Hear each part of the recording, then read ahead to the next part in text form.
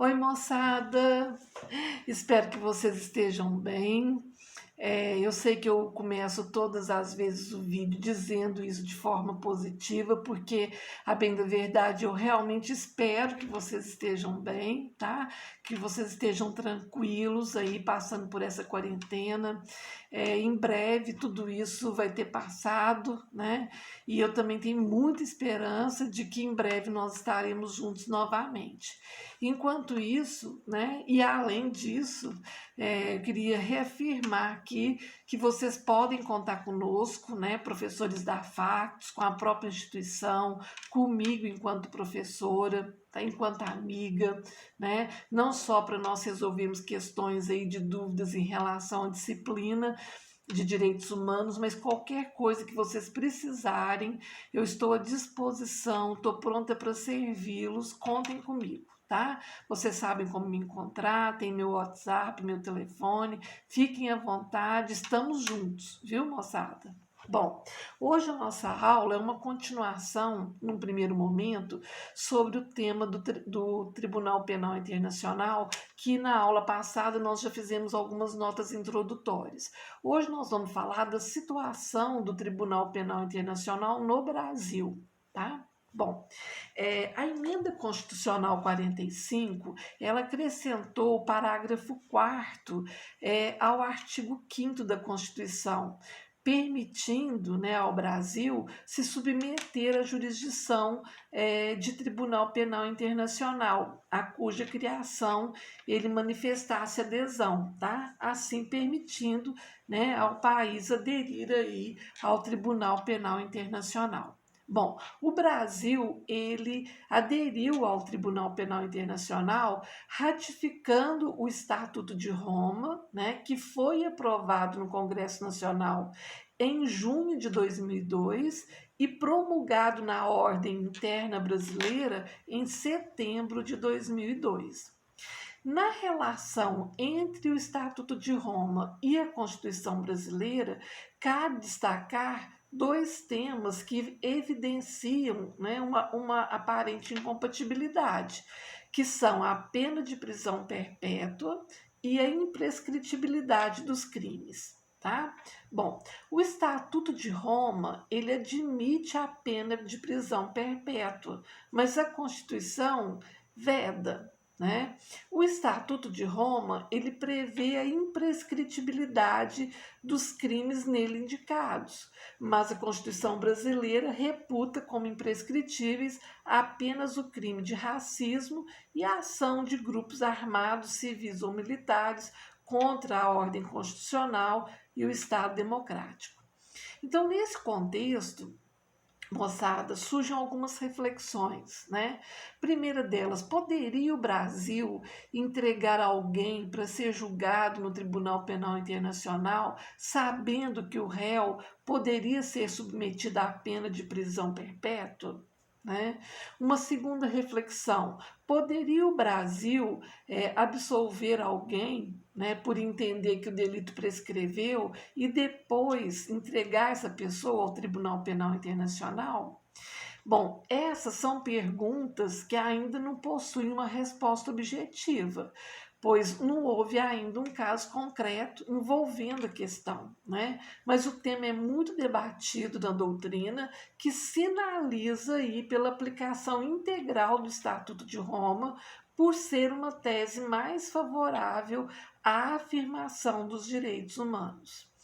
Inclusive, vale lembrar que a prevalência aos direitos humanos é um princípio regente do Brasil nas relações internacionais. Bom, no Supremo Tribunal Federal, a título de exemplo, né, o tema foi suscitado pelo ministro Celso de Mello num despacho que ele proferiu numa petição, que é a 4.625, né, que é um pedido de cooperação que foi feito pelo Tribunal Penal Internacional ao Brasil, no sentido de lhe entregar o presidente do Sudão, que é réu no Tribunal Penal Internacional, acaso ele seja aí encontrado no território brasileiro. No seu despacho, o ministro Celso de Mello chamou muita atenção aí para essas questões que envolvem o relacionamento entre o Estatuto de Roma e a Constituição brasileira. De início, moçada, vale lembrar que, não havendo uma definição sobre o tema, o fundamental é saber discorrer sobre ele, tá? É demonstrar conhecimento das questões que envolvem o relacionamento aí entre o Estatuto de Roma e a Constituição brasileira e trazer argumentos técnicos. É válido aqui registrar, né, na resposta, que as experiências estrangeiras elas estão indicando uma tendência em dar prevalência às disposições do Estatuto, inclusive mediante algumas alterações nos textos constitucionais para permitir uma recepção integral da norma internacional. Também vale argumentar que a interpretação que se afigura mais favorável em termos de afirmação dos direitos humanos aparenta ser a da aplicação integral do Estatuto, pois repele aí a ideia de impunidade dos criminosos, né? E sobre a aplicação do Estatuto de Roma, então, no plano nacional do Brasil, vale destacar ainda que, visando implementar disposições do Estatuto ainda não regulamentadas na ordem jurídica brasileira, foi encaminhado aí ao Congresso Nacional um projeto de lei, tá? Que dispõe sobre o crime de genocídio, que define os crimes contra a humanidade, os crimes de guerra e os crimes contra a administração da justiça do Tribunal Penal Internacional. Vamos dar aqui só para nós ilustrarmos, né, contarmos aí o primeiro caso que foi julgado pelo Tribunal Penal Internacional. O Tribunal Penal Internacional ele efetuou o seu primeiro julgamento em 2012, quando ele julgou o caso Prosecutor versus Thomas Lubanga Dilo, né, no qual a corte, por unanimidade, reputou o congolês, que foi culpado por recrutar crianças menores de 15 anos para lutar em conflitos étnicos no Congo, né? Ele foi condenado aí a 14 anos de prisão, e o julgamento ele deve ser considerado aí um importante marco, né, na afirmação mundial dos direitos humanos, porque reforça, né, o entendimento de que a comunidade internacional ela está atenta, né, e não permitirá também que pessoas pratiquem crimes contra a humanidade e que essas pessoas que praticam esses crimes fiquem aí impunes, tá? Bom, terminado esse tema, nós vamos entrar num próximo que é o Sistema Interamericano de Direitos Humanos. Bom, o Sistema Interamericano de Direitos Humanos ele é coordenado pela Organização dos Estados Americanos, que é a OEA, que é uma entidade criada em 1948, realizada em Bogotá, na Colômbia, na qual foi proclamada a Carta da Organização dos Estados Americanos, que proclama que a afirmação dos direitos humanos integra os propósitos e os princípios da entidade. Bom, foi fundada 3 anos após a criação da ONU, e só para a gente ter uma base, né, de paradigma, a OEA ela representa para o sistema regional interamericano aquilo que a ONU representa para o sistema global. Tá, moçada? Bom, sediada nos Estados Unidos, em Washington, a OEA ela conta com a participação de todas as 35 nações independentes da América, cabendo destacar aqui a situação singular que foi vivenciada por Cuba, né? Cuba foi suspensa da OEA em 62, após o governo cubano aí declarar o caráter socialista da Revolução Cubana e se aliar à União Soviética, né? A suspensão somente veio a ser revogada 47 anos depois, em 2009, quando a OEA ela tornou sem efeito a resolução que havia excluído a participação do governo cubano no sistema interamericano e deliberou, né, que a participação de Cuba na OEA será o resultado aí de um processo de diálogo, né, iniciado a pedido do governo de Cuba e em conformidade com as práticas, os propósitos e os princípios da OEA. Bom, vamos falar um pouquinho agora sobre a Declaração Americana dos Direitos e Deveres Humanos. Bom, a Declaração Americana dos Direitos e Deveres do Homem, né, foi aprovada na nona Conferência Internacional Americana em Bogotá, em 48, sendo um dos primeiros documentos do sistema americano. Tá? A declaração ela segue a diretriz geral dos documentos daquela época, né, de 48, de proclamar uma série de direitos, mas também enuncia aí uma série de deveres. A declaração ela afirma a concepção universalista dos direitos humanos, prevendo que os direitos essenciais do homem não derivam do fato de ele ser um cidadão de determinado estado, mas de terem como base os atributos aí da pessoa humana. A declaração possui um preâmbulo e 2 capítulos, sendo o primeiro capítulo dedicado aos direitos e o segundo capítulo dedicado aos deveres. Bom, moçada, vamos falar um pouquinho sobre a Convenção Americana sobre Direitos Humanos, Pacto de São José da Costa Rica. Bom, a Convenção Americana sobre Direitos Humanos, ela foi celebrada em São José da Costa Rica em 69 e é o principal documento do sistema interamericano. A convenção ela foi ratificada pelo Brasil em 92 e foi promulgada na ordem interna no mesmo ano. Tá?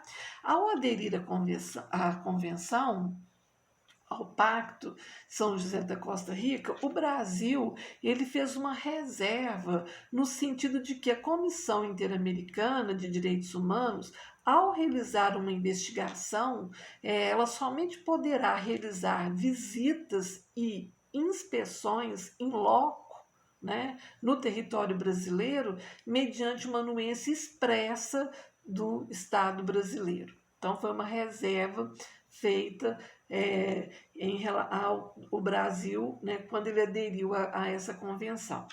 Como de praxe, né, nos tratados internacionais protetivos de direitos humanos, a convenção também ela prevê que o Estado que aderir a ela compromete-se a respeitar os direitos e as liberdades nela reconhecidas e adotar as medidas legislativas ou de outra natureza, né, que forem necessárias para tornar efetivos tais direitos e tais liberdades. Bom, quais foram os direitos reconhecidos no Pacto São José da Costa Rica, que é a Convenção Americana sobre Direitos Humanos?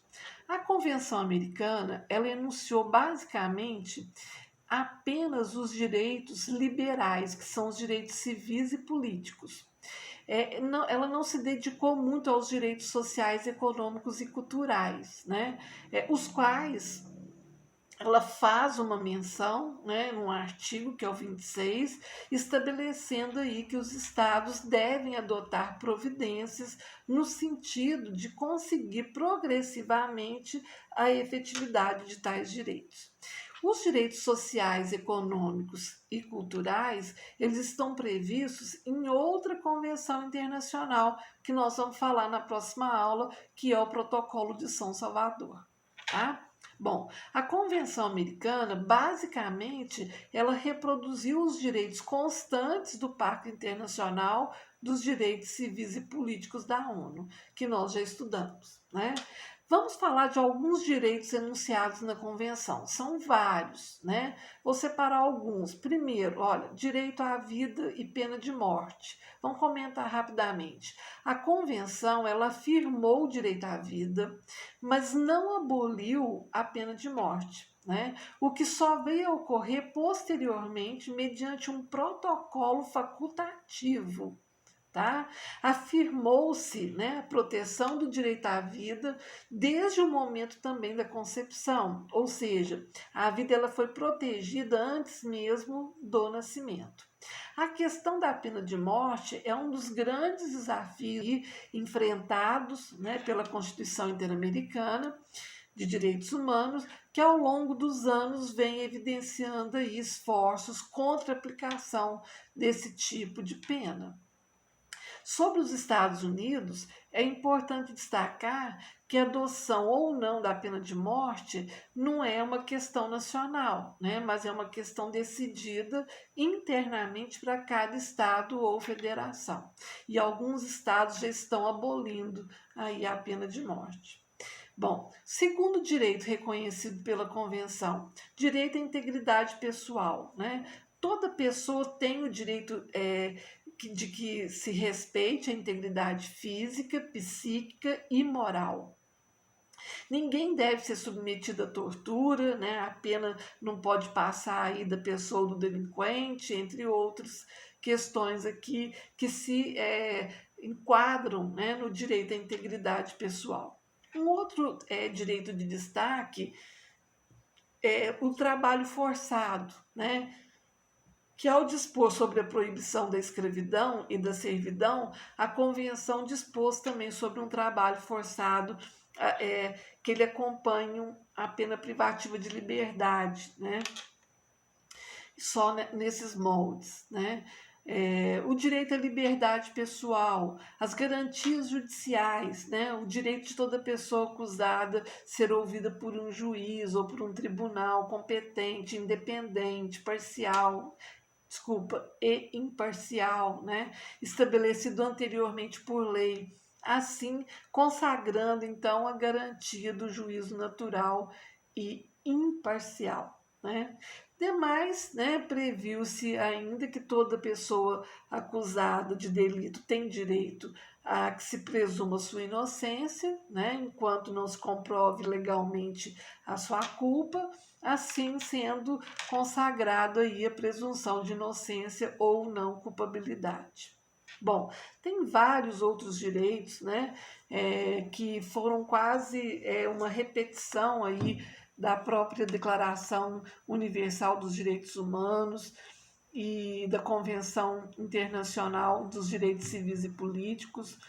E eu mencionei alguns só para ilustrar, né? Mas no próprio Pacto de São José da Costa Rica são enumerados aí vários outros direitos.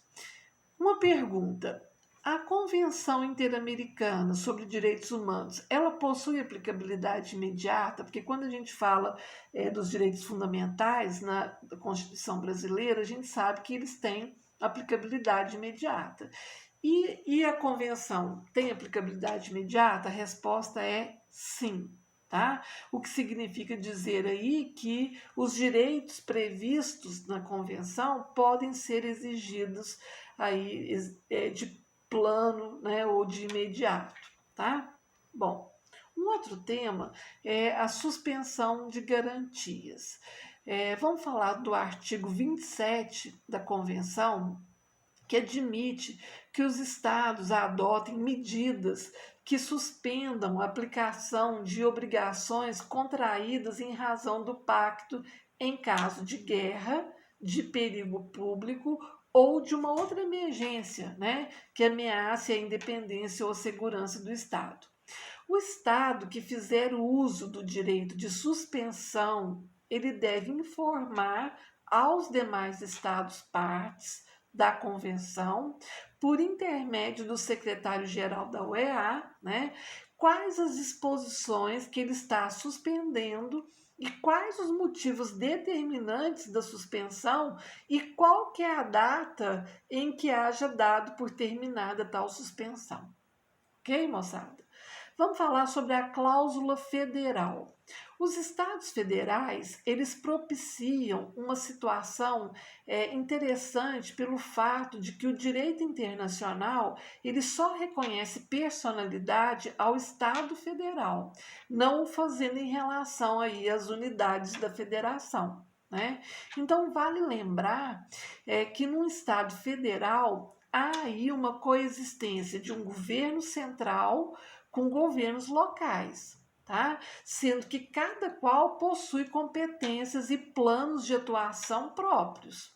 Bom, atenta a essa peculiar situação dos estados federais, existe a chamada cláusula federal, segundo o qual o Estado federal ele deve cumprir todas as disposições da convenção relacionadas com as matérias sobre as quais ele exerce competência interna, né, das unidades de federação. Ele deve tomar todas as medidas para que os governos locais adotem as disposições necessárias ao cumprimento da convenção, tá? Fiscalização, moçada. Ao dispor sobre meios de proteção, a convenção ela institui os órgãos fiscalizatórios, né? E anuncia aí os mecanismos de monitoramento do cumprimento das obrigações internacionais. Bom, quanto aos órgãos, são competentes para conhecer dos assuntos relacionados ao cumprimento dos compromissos assumidos, né, pelos Estados, a Comissão Interamericana de Direitos Humanos, que é um órgão executivo, e a Corte Interamericana de Direitos Humanos, que é um órgão jurisdicional. Então, acerca dos mecanismos fiscalizatórios, a convenção ela adotou, né, os relatórios, tá? As comunicações interestatais, né, e as petições individuais, todos direcionados à comissão. Bom, moçada, na próxima aula nós vamos falar então sobre o Protocolo de São Salvador, vamos continuar ainda aí no Sistema Interamericano de Direitos Humanos. Por hoje nós paramos aqui. Qualquer dúvida, estou à disposição, tá? Entre em contato comigo. Tenham aí um bom fim de semana, né? Um restinho da semana e um bom fim de semana. Estou mandando apostila, qualquer coisa vocês dão uma boa lida, tá? Ela tá bem completinha, foi feita com muito carinho aí para vocês não perderem, né? Nada aí do conteúdo. E fiquem tranquilos, tá? Em breve tudo se ajeitará, viu? Eu tenho assistido muitos filmes em homenagem a vocês, né? Filmes que versam sobre direitos humanos, sem querer fazer aqui nenhuma publicidade, mas nem tem essa intenção. Mas lá no Instagram, professora Cláudia Férez, tem milhões de dicas lá de filmes que versam sobre direitos humanos, vale a pena assisti-los, até mesmo para a gente aplicar aqui o que nós estamos estudando, tá? Fiquem com Deus, até bem em breve, um beijo no coração de cada um, adoro vocês, estou com muita saudade, beijo.